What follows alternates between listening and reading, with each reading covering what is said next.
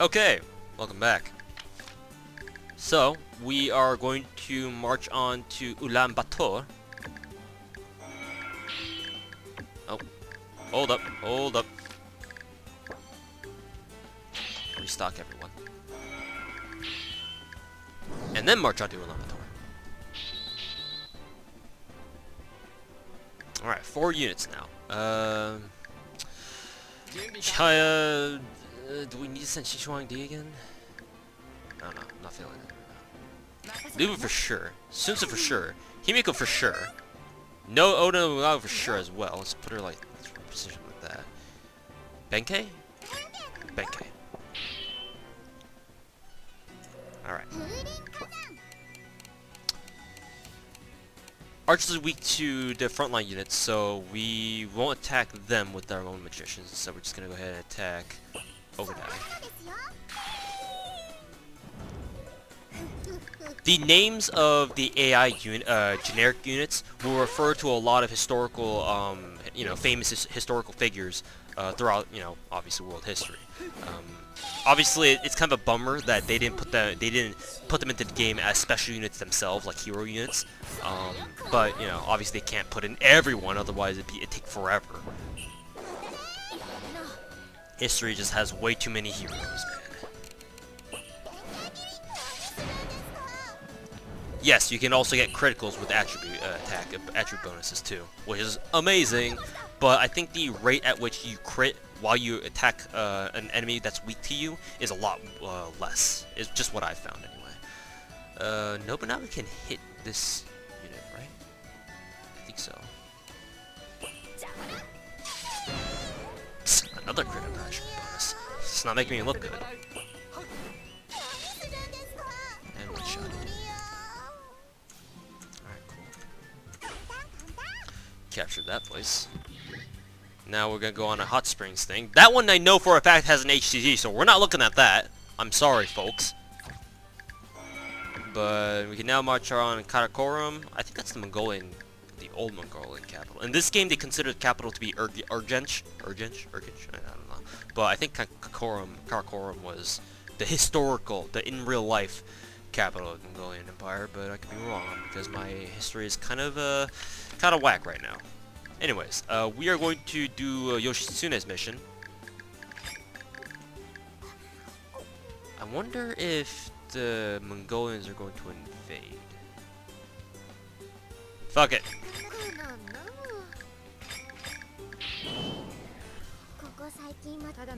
Okay, so Yoshitsune's events, it revolves around her and her family rivalry with the Taira clan. In the events before, is this on autoplay? Should be.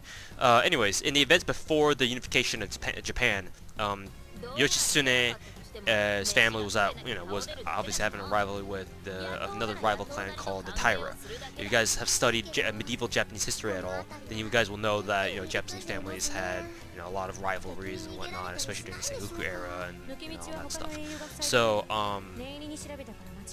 before the unification of Japan, Yoshitsune's family managed to beat the Taira clan. But the Taira clan keeps popping up every once in a while because rivalry logic. Some people just don't bury the hatchet. So now they're rebelling again. So now Yoshitsune needs to put them down again. An interesting fact about these kinds of battles is that all the enemy units will only attack Yoshitsune, which is a good attention to detail because obviously Yoshitsune is the one they want to kill. So I guess that's just something to note. We'll put Toshizo in front because she's got high defense, high defense. She's on in front. You'll notice what I'm saying when they start attacking Yoshitsune here. At least I think that's what they should do. Nice that she can one-shot them though. 6-6. One more attack.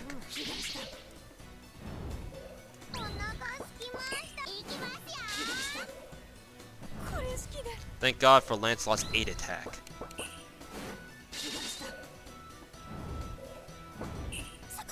There you go. They always attack Yoshitsune. That was a crit. Fuck. We may be able to kill this. Okay. Thanks, Jishuangji. You are a true gentleman and a scholar. Except, you're not a gentleman, you're a lady. You are a true lady and a scholar. Cool. Managed to beat them all with only taking one attack. I'll take that. Right. And now because of that, we got an item. And that's a speed item, so that's good. Because some of our units are kind of slow, and they will very well benefit from an item that gives them more speed. Spy from Mongolia. So, like I said, Inou is a, or like the game mentioned before, Inou is a ninja and a spy herself. So, she's a really good one apparently, because she immediately could tell that Marco Polo was hanging around somewhere. They just don't know that's Marco Polo. So, Inou is requesting a series of events that basically flushes Marco Polo out of her you know, plan. It just basically disrupts her plans, and eventually at the very end it'll do something that may or may not you might care about, but hey, we'll get to that point when we can. So yeah, those are how Inou's events start, I think. No, it's not just Inou's events, it's just generic events, but basically just trying to flush out Marco Polo and make her stop doing stupid shit. So, and you have to, in order to gain the final kind of quirk of these events, you have to do every single one of them before attacking the cities that they're in. So we can't invade Karakorum until we do Searching for the Spy. I think that's how it works. Maybe it doesn't. I don't know. Maybe we can still invade Karakorum without having to do this, and we can still progress them just fine. I don't know how this game works. This game is really easy on the events, where, you know, like other games like Alice Soft's Daibansho, there's no character conflicts or anything like really complicated and stuff like that in this game anyway. So I don't know. It's just up to you whether or not you enjoy that kind of stuff. Anyways, we gained a Sapphire, so let's go ahead and put this on Sammy because she's got 3 speed. That's fucking abysmal. Replenish that because it doesn't really cost too much to replenish them just now. And what missions shall we do? We can do a couple non-battle missions here. So, we're searching for Marco Polo, so she knows that she's being found. Inou is really good at finding rival spies, as you can see here by her dialogue. Because every good ninja should have a smoke bomb under her clothes, right? So now we kick her out of Karakorum for now. More money is always good. Your funds increased by 2,100. That's nice. So as you see, our money count is rising up pretty steadily here.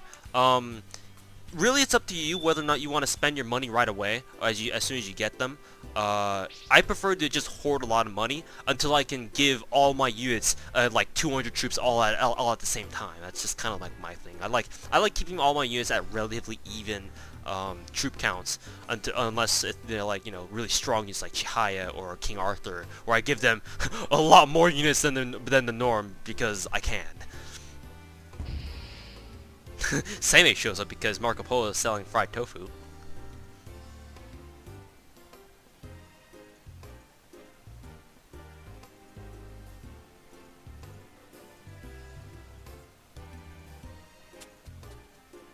The story made up. Pretty funny, right? So Seimei fed Marco Polo wrong information by accident. Because as a Kitsune Shikigami user, Seimei cannot resist what is it? Fried tofu at all whatsoever, apparently. But like any good Kitsune person, she lied. So yeah, there you go. Worked out. We're not gonna do this event because it gives us HDZ. I don't wanna interrupt this video by having to edit it right now, but hey. Go ahead and do this event first. The Great Wall does exist in this game too.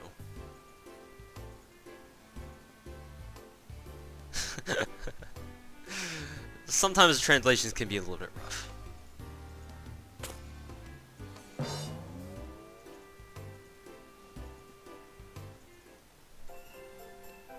apparently the Great Wall of China is very vertical in some places.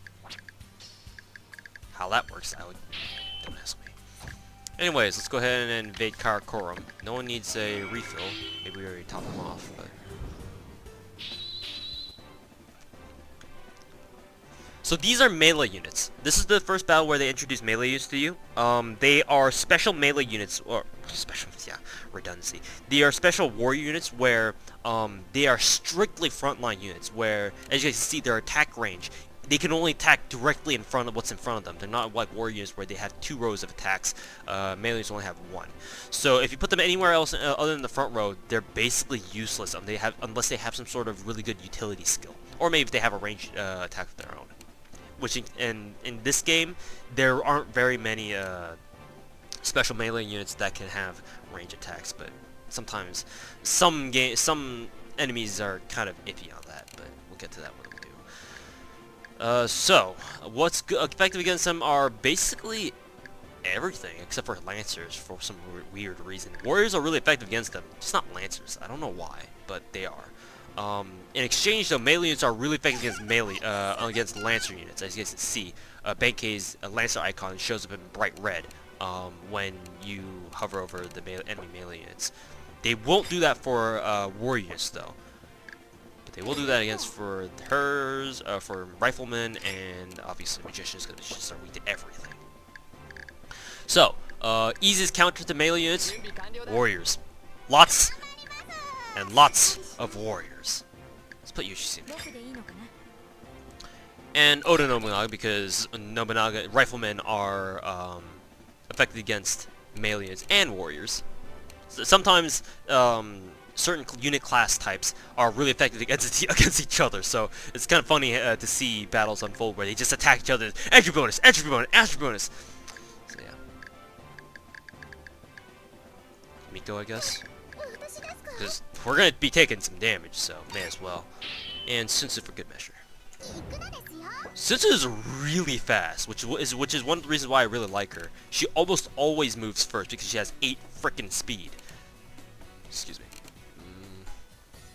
Let's go ahead and attack warrior dude, or warrior girl. There's no dudes in this game.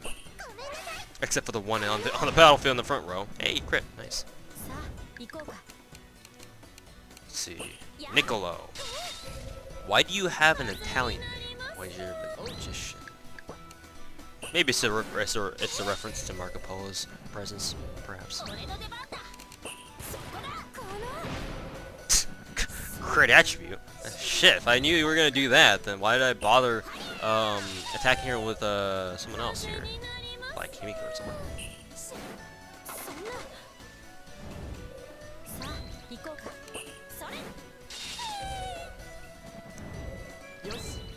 I do think that in this game, melee units are inherently weak because I don't think they have a lot of base attack.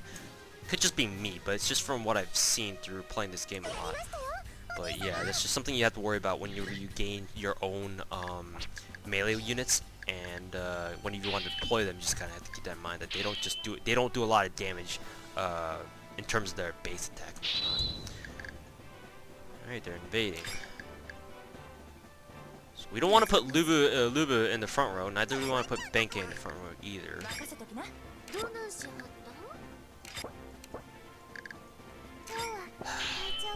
I'm pretty OCD with symmetry, but that won't last for a long time, in case that annoys you.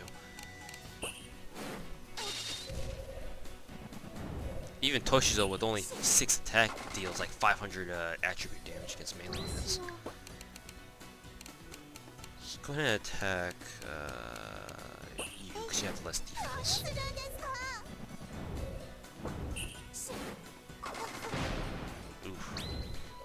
Even still, Shinshi Wangdi has so many troops that even a crit attack doesn't really do much. Well, they start racking up really quickly though if they start getting 2 in a row, but...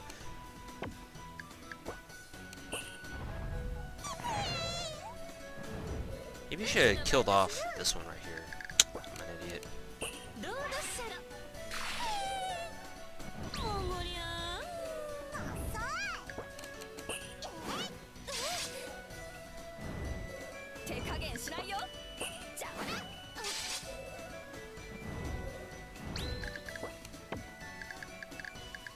Come on.